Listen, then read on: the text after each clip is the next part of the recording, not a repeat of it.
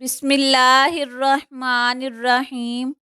ایک صحابی رضی اللہ تعالی عنہ بیان کرتے ہیں کہ ہم نبی کریم صلی اللہ علیہ وآلہ وسلم کی خدمت میں حاضر تھے کہ سورج کو گرہن لگنا شروع ہو گیا۔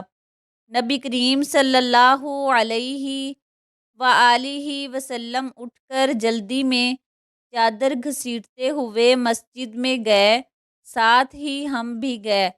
آپ صلی اللہ علیہ وآلہ وسلم نے ہمیں 2 رکعت نماز پڑھائی، یہاں تک کہ سورج صاف ہو گیا۔